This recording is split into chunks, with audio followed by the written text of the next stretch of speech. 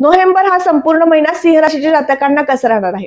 या महिन्यामध्ये तुम्हाला अधिक परिश्रम करावे लागणार आहेत. थोडीशी परिश्रमाची स्थिती दिसून येत आहे, परंतु स्मार्ट वर्क केला तर नक्कीच तुम्ही तुमच्या कामाची जी परिश्रम क्षमता आहे ती कमी करून घेऊ शकता. ग्राफिक संदर्भातलं काम करता, युट्यूबर तुम्ही असाल, कुठल्याही मीडिया क्षेत्राशी संबंधित तुमचं काम असेल तर तुमच्यासाठी हा महिना सर्वश्रेष्ठ आहे. कारण या ठिकाणी रविदेव आणि शुक्रदेव गोचर करतात. परिश्रम स्थानातनं, त्रिकोण स्थानातनं तुम्हाला विशेष संधीचा काळ आणतील आणि प्रसिद्धीचा काळ आणतील.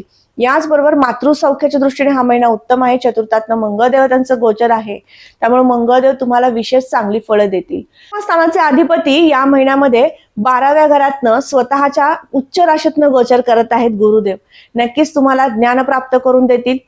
त्यासाठी तुम्हाला खर्चाचे योग या महिन्यात संभवतात. काही अंश तुम्ही तुमच्या शिक्षणासाठी खर्च करू शकता. परदेशात जाण्याची संधी प्राप्त होऊ शकते. संकेत घेऊन येणारी स्थिती या महिन्यात आहे. याचबरोबर जोडीदाराचं सौख्य थोडंसं संमिश्र मिळू शकतं.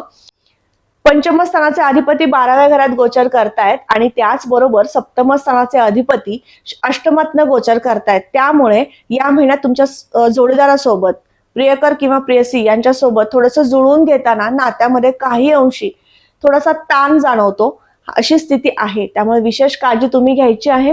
किरकोळ प्रमाणात संघर्षाचे योग दाखवतात, मोठ्या प्रमाणातील कुयोग नक्कीच नाहीयेत. याचबरोबर या संपूर्ण महिन्याभरात व्यापारी वर्गाला सर्वश्रेष्ठ स्थिती आहे. उत्तम व्यापाराची संधी तुम्हाला आहे. चांगलं काम तुम्ही करू शकणार आहात. लाभाची स्थिती अतिशय उत्तम आहे.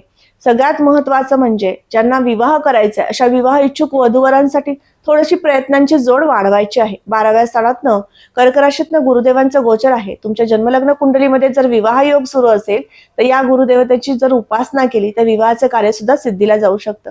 अशा पद्धतीने सिंह राशीच्या जातकांना संपूर्ण नोव्हेंबर महिना विशेष कार्यक्षम आणि प्रगतीकडे घेऊन जाणारा असा असणार आहे.